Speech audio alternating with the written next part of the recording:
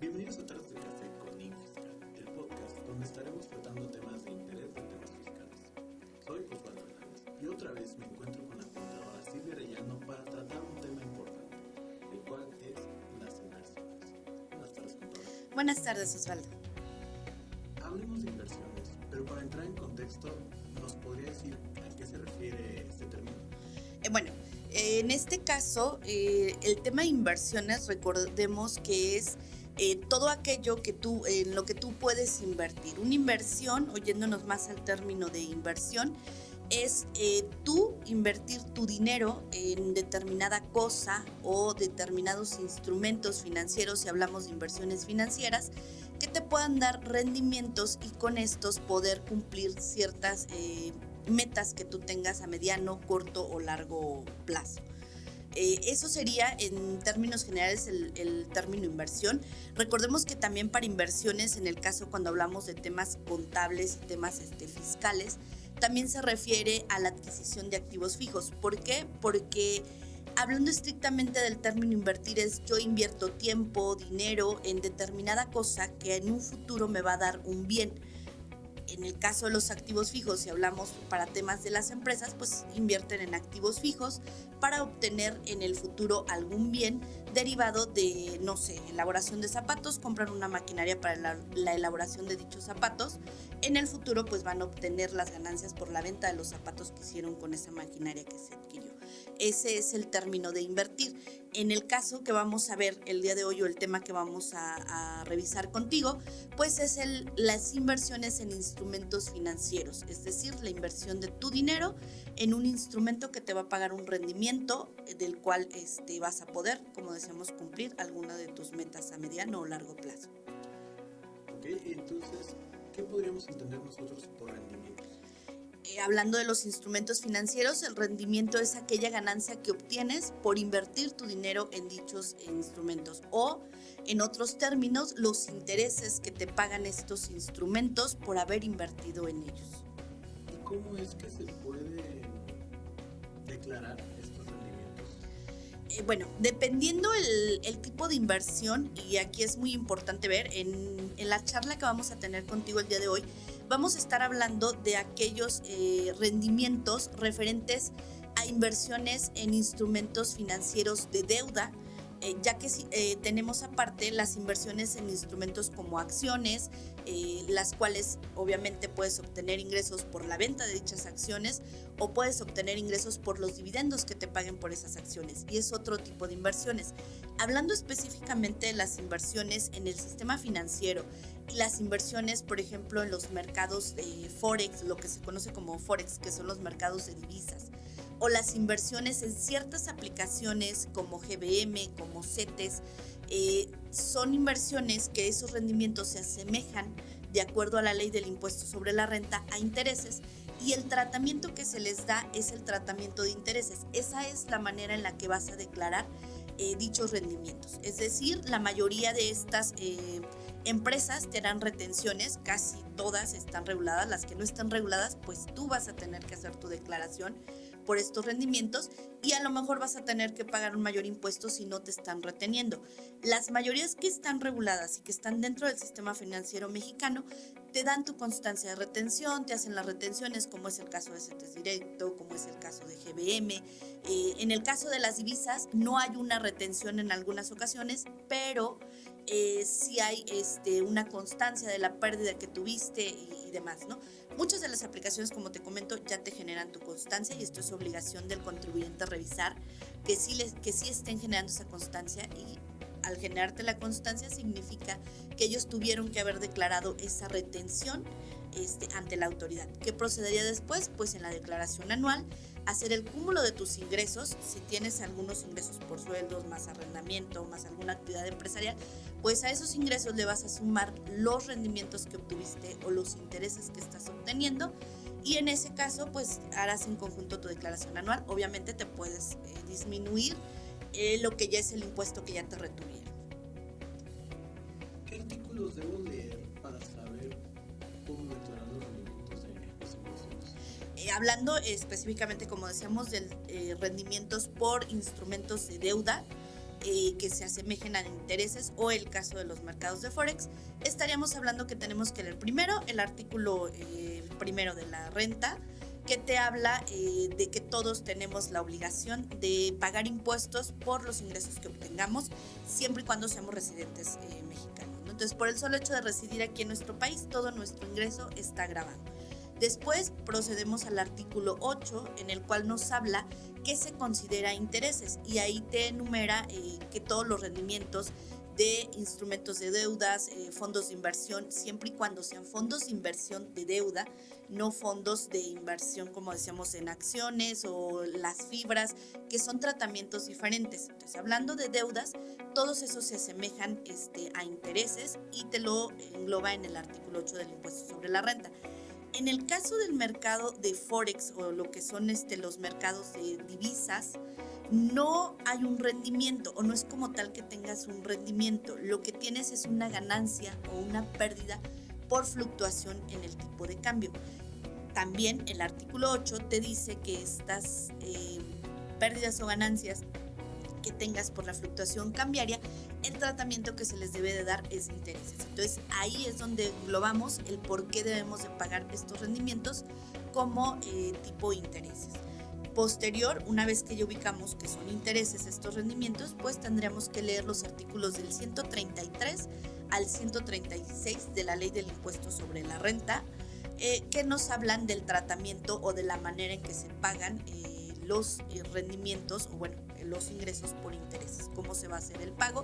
En muchos casos te dice ahí que pues el solo hecho de estar en el régimen de intereses, pues te hacen la retención, la persona que te paga estos intereses, y también te dice que si, por ejemplo, no tuviste más de 100,000 por tema de rendimientos, específicamente de ingresos, y solamente tienes que declarar ese ingreso, puedes no declararlo y considerar como definitivo el pago de la retención que te hayan hecho. Siempre y cuando hay una retención, no excediste los 100,000 y solo tienes ingresos por esos rendimientos, no tienes la obligación de presentar tu anual, y el pago o la retención que te hicieron se considera pago definitivo. Ahora bien, ahí está otro tema, que es el tema de las criptomonedas. No entra dentro de los rendimientos por temas de intereses. Entonces, ese es un tratamiento aparte, que si quieres ahondamos un poquito más adelante en él, pero sí es importante entender que las criptomonedas no entran dentro del régimen de intereses. Me surge una duda que creo que es común, si se deben o no declarar las inversiones que se hacen en la bolsa de valores. Ok, volvemos al punto que decíamos, ¿no? Todo ingreso está grabado por la Ley del Impuesto sobre la Renta, de acuerdo al artículo primero de la Ley del Impuesto sobre la Renta. Entonces, si la pregunta es, ¿debemos declarar? Sí, debemos de ver qué tipo de ingreso estamos obteniendo. Ahora bien, en el caso específico de invertir en la Bolsa Mexicana de Valores, si estás invirtiendo en acciones, el tema es que es hasta que vendes. Yo compro acciones y normalmente la gente que compra acciones lo deja como una inversión a largo plazo, en la cual hasta que no vendas esa acción puedes decir que tuviste una ganancia o una pérdida. No te pueden cobrar impuestos antes, porque si no estaríamos diciendo que te están cobrando impuestos sobre una especulación. Es decir, yo invertí 5,000 de acciones en X empresa y ahorita esas acciones valen 7,000. Virtualmente podríamos decir que tengo una ganancia de 2,000.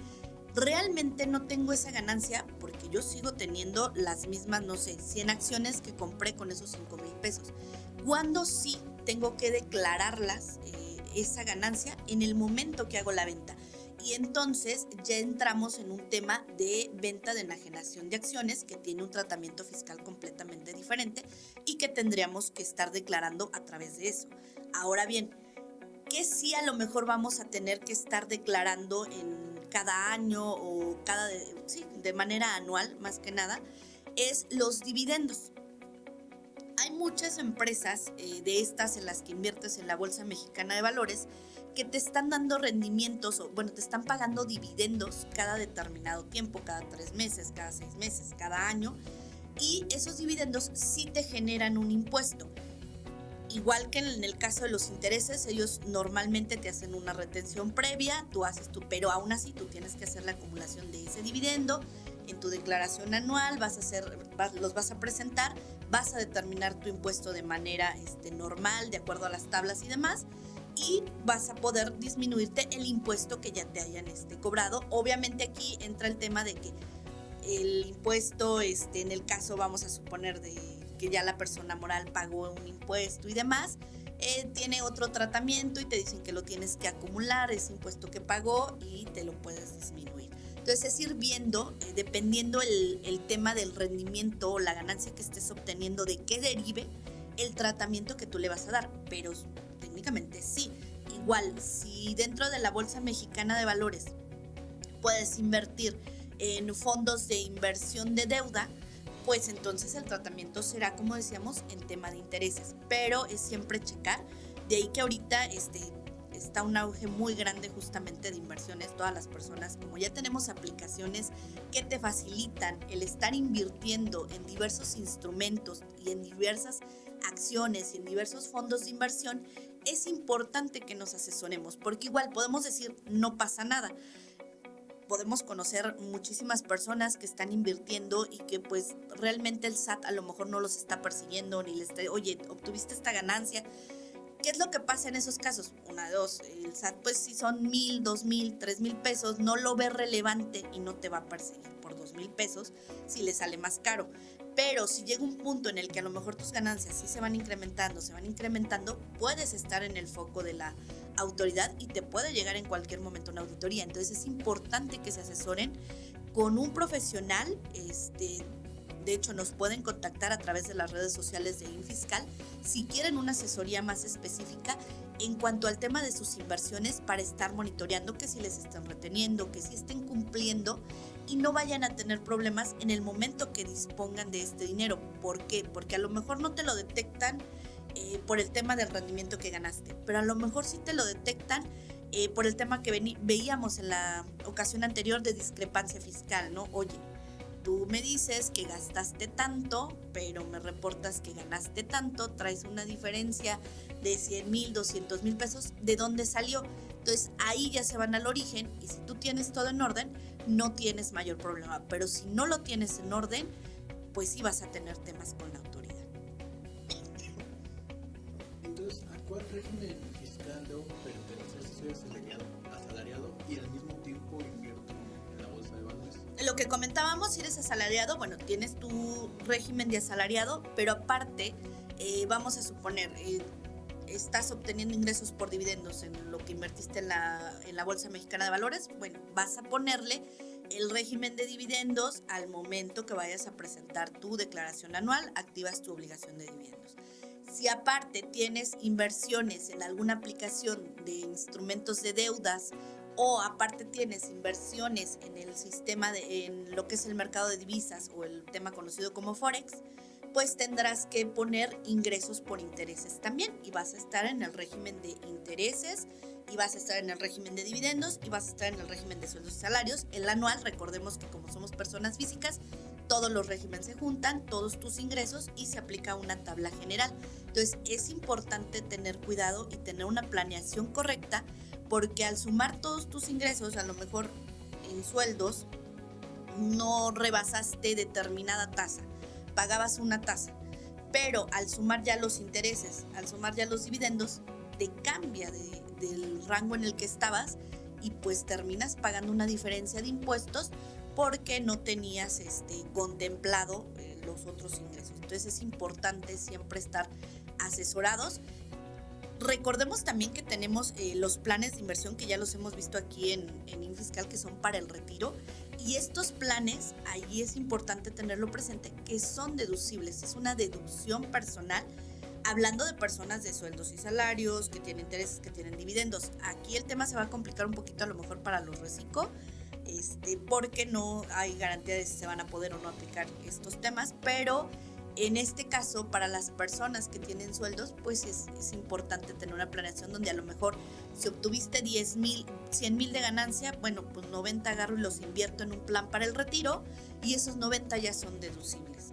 ¿sale? Entonces eso nos va a bajar un poquito la tasa de impuesto, pero serían los regímenes que normalmente venimos manejando. Si hay una venta, como decíamos, de acciones, pues entonces ahí estamos hablando de una enajenación de acciones. En el caso de las criptomonedas que vamos a ver más adelante, estamos hablando de una enajenación de bienes aparentemente, y esto de acuerdo a un criterio de la Prodecon. Y digo aparentemente porque recordemos que como tal las criptomonedas no están reguladas y no aparecen todavía en un régimen específico. Entonces la Prodecon los está encuadrando ahí, pero habría que ver qué criterios saca posteriormente la autoridad. Ok, o sea que si yo compro criptomonedas, sea Bitcoin, Ethereum o etcétera, en la gran variedad, tengo yo que declarar mis ingresos obtenidos a partir de la ganancia. En este caso la sugerencia es que sí, obviamente sale el tema de cómo lo tenemos que declarar y demás, porque como decíamos, en nuestro país aún no está regulado o no aparece o no vamos a ver las criptomonedas deben de pagar impuestos o deben de retenerse. Aún no se procesa una ley donde se establezca, como en el caso de las Forex o como en el caso de los fondos de deuda, donde te tienen que hacer una retención y donde ya está muy específico. Sin embargo, sí aparecen ya y aparecen en la ley FinTech que nos habla o nos regula los activos virtuales, aparecen en la ley antilavado o la ley PIORPI, o para prevención de operaciones de procedencia ilícita, que es un nombre más largo de esta ley, donde ya nos viene que las criptomonedas se consideran activos virtuales. Esto, bueno, como te decía, hay un criterio de la Prodecon que, si me permites leerte un poco, ellos nos hablan de en qué régimen va a tributar la persona que obtiene una ganancia por las operaciones de compraventa de criptomonedas, hablando específicamente.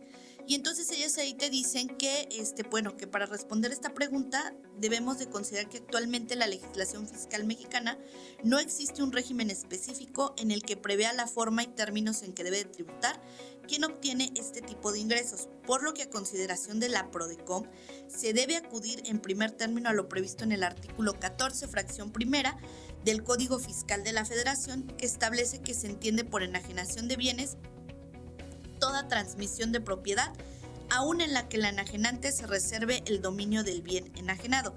De aquí que ellos desprenden que esto se considera una enajenación de bienes derivado de que en el artículo 17 de la ley antilavado, en la fracción 16, si mal no recuerdo, te dice que se podía encuadrar las criptomonedas como un activo virtual, ya que se considera como para medio de pago y que está siendo de uso, digámoslo, a nivel nacional. Sin embargo, no se considera una divisa. Por eso se le considera un activo virtual y lo está encajonando como activo virtual. Al hacerlo, entonces, como podemos ver, pues lo está encuadrando dentro de lo que es un bien y por lo tanto entra dentro de lo que sería enajenación de bienes. En este caso nos iríamos al artículo 126, donde nos habla específicamente de la enajenación de bienes para el caso de los diversos inmuebles. Te dice que se hará un pago provisional del impuesto sobre la renta y será por el monto que resulte de aplicar la tasa del 20% sobre el monto total de la operación, mismo que deberá de ser retenido por el adquiriente siempre que este último sea residente en el país o en el extranjero con establecimiento permanente en México. Entonces, nuevamente estamos hablando de un tema de retención, donde es evidente que no te lo van a hacer. Entonces, ¿qué pasa cuando no te retienen? Pues la obligación recae en ti de declarar este tema de impuestos, porque volvemos a lo mismo, no está regulado y estamos hablando solo de un criterio de la Prodecon. Por lo tanto, ninguna de las plataformas que te permite la compraventa de la enajenación de criptomonedas, la compraventa de criptomonedas, ninguna te está haciendo ahorita la regulación de retenerte un impuesto por la venta de esa moneda, que es lo que te daría la ganancia, ¿no? Entonces, es un tema bastante amplio que desafortunadamente falta mucha regulación y que pues no es de extrañarse que en el transcurso de lo que sigue de estos años, pues empiecen a buscar la manera de regular esto, porque como bien comentas, es un mercado que ha ido en aumento. Son variedad enorme de criptomonedas que han estado surgiendo y que falta regularlas. Entonces, el tema de las criptomonedas es un tema que todavía no está completamente regulado, que debería y que la Prodecom se está manifestando a través de lo que son sus comunicados y demás, o de sus criterios, pero no es algo que aún se haya manifestado la autoridad. Recordemos que la Prodecom no es una autoridad como tal, entonces sí tiene un criterio, sí lo está dando a conocer, pero pues todavía falta lo que nos diga la autoridad para el tema de las criptomonedas. ¿Y qué me dice de declarar ingresos derivados de inversiones en bancos o en GMB Plus? Si solo obtengo muy poco rendimiento. Volvamos al punto, ¿no? Recordemos que independientemente del ingreso que obtengas, estás obligado a declararlo. Ahora bien, ¿qué es lo que pasa en este caso del sistema financiero? Lo que te comentaba, todos los instrumentos de deudas que son el tema de las inversiones de GBM, el tema de CETES directo, incluso el tema de las fondos de inversión en las instituciones financieras que te dan intereses, o los fondos de inversión en instrumentos de deuda y que te dan rendimientos y que también se consideran intereses, siempre que estén dentro del sistema mexicano te van a hacer la retención. Entonces, si tú no rebasas los 100,000 y solo tienes, como te decía, ese ingreso, no es necesario que presentes nada más, porque se considera como pago definitivo la retención que te hicieron. Sin embargo, si sí excedes de los 100,000, pero aparte tienes ingresos por alguna actividad empresarial que tú tienes propia, o por arrendamiento, o alguna otra ingreso adicional, pues entonces sí vas a tener que hacer el cúmulo de tus ingresos y lo vas a tener que presentar, independientemente de que no rebases los 100,000 pesos, que es en el caso, me imagino, a lo que se refiere con poco rendimiento, ¿no? Que estamos por abajo de los 100,000, pues depende mucho. Si no tienes otras actividades y solo tienes inversiones ahí, pues sí, no es necesario, ya se considera, siempre y cuando te estén reteniendo, tengas la constancia de que te retuvieron, tengas el CFDI correspondiente de esa retención, entonces sí ya no es necesario que tú pagues nada, porque se considera como un pago definitivo. Y en el caso de yo tener dinero invertido en CETES directo, ¿tengo que pagar impuestos por los rendimientos? Es el mismo caso. CETES directos son instrumentos de deuda, pero de deuda pública, bueno, no pública, digamos, de instrumentos del gobierno, que es en los bonos y demás, en CETES, valga la redundancia como tal, se dice. Son instrumentos que son del gobierno y es una entidad ya regulada. CETES directo, GBM y los bancos son instituciones reguladas que sí están haciendo la retención, entonces ya te está reteniendo. Mismo caso, si no excedes de los 100,000, si no tienes otra actividad, si no tienes otro tipo de ingresos, sí tienes, no tienes que presentarla y tengas la constancia de que te retuvieron. Si rebasas los 100,000, sí tienes que hacer la presentación de tu declaración anual, aun y cuando te hayan retenido impuesto. Ese impuesto te lo vas a poder disminuir del que vas a tener que pagar, pero sí tienes que presentar. Y si soy asalariado y me pagan más de que me tienen registrado en el IMSS, ¿puedo invertir o tendré problemas con eso? ¿Dónde vas a tener problemas con el SAT? Vamos a hablar de un tema de discrepancia fiscal, ¿no? Que te diga, aquí tienes determinados ingresos declarados, y yo tengo incluido las inversiones que hiciste, porque recordemos que en el tema de discrepancia fiscal hablamos de que también las inversiones se consideraban como ingreso. Entonces te van a sumar y te van a decir, todos estos fueron tus ingresos, pero me declaraste estos, ¿dónde está la diferencia? Ahí es donde puedes tener problemas. En temas de rendimiento, si los declaras no, si te retienen no, pero el tema es qué dinero estás invirtiendo. Siempre tienes que tener la comprobación de que el dinero está saliendo de tu cuenta y que pues es un dinero que ya pagó impuestos. Y si suponiendo que soy un estudiante, obviamente mayor de edad, y quiero invertir, ¿yo me tendré que dar de alta en el SAT? ¿Y cómo lo haría? O sea, es la pregunta, yo creo que a veces muchos hacen. Bueno, en este caso, volvemos al tema. Si tus rendimientos no van a exceder de 100,000, no es como tal necesario. A lo mejor ahorita sí, por el tema de que ya los de 18 años se tienen que registrar en el RFC y darte de alta y demás, pues sí, te van a pedir tu RFC, y con ese RFC, que es lo más correcto, pues te van a dar tu constancia de que te hicieron la retención. es lo que más se recomendaría, ¿no? Darte de alta en el RFC, en este caso por intereses. ¿Para qué? Para que tengas todo en orden y no tengas precisamente temas con la autoridad. ¿Sabes qué? Yo estoy invirtiendo, pero aquí están las constancias de retenciones con mi RFC, con mi nombre, donde pues no tuve más de 100,000, no es necesario que te haga ninguna declaración y eso se considera mi pago definitivo. Y si en otro supuesto donde yo no trabajo, pero me dedico mucho a las inversiones, al trading, tengo que pagar impuestos por mis inversiones.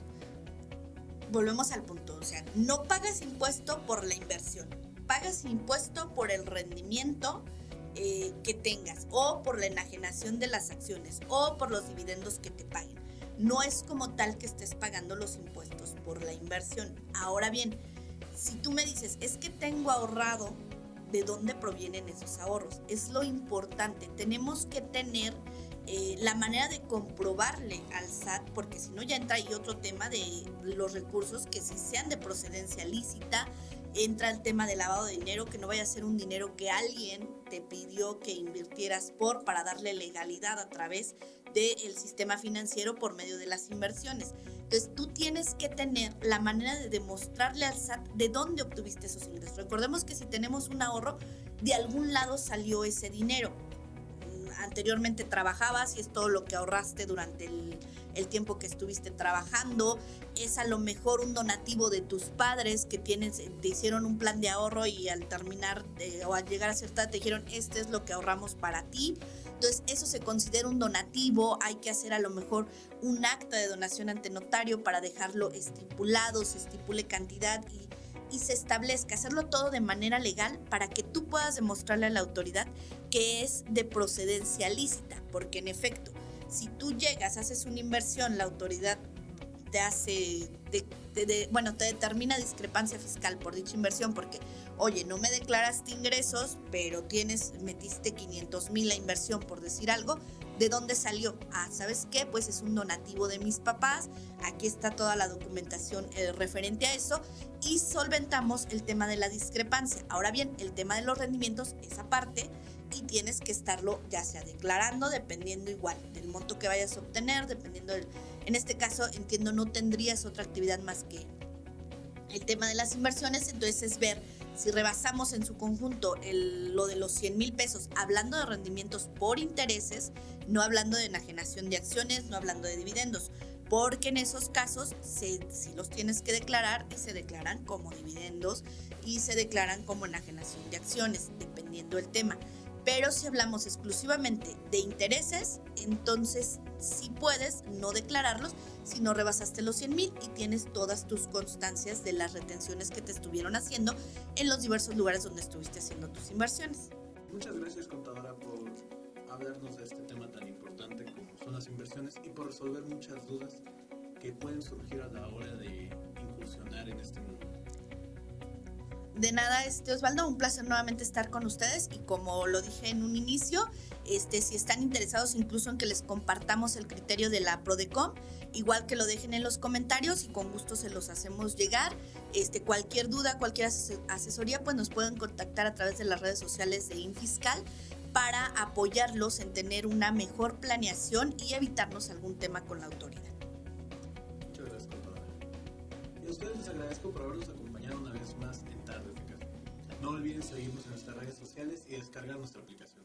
También suscríbanse aquí a nuestro canal y activen la campana de notificaciones para que siempre estén atentos de nuestros videos. Esto fue una entrega más de Infiscal. Hasta la próxima.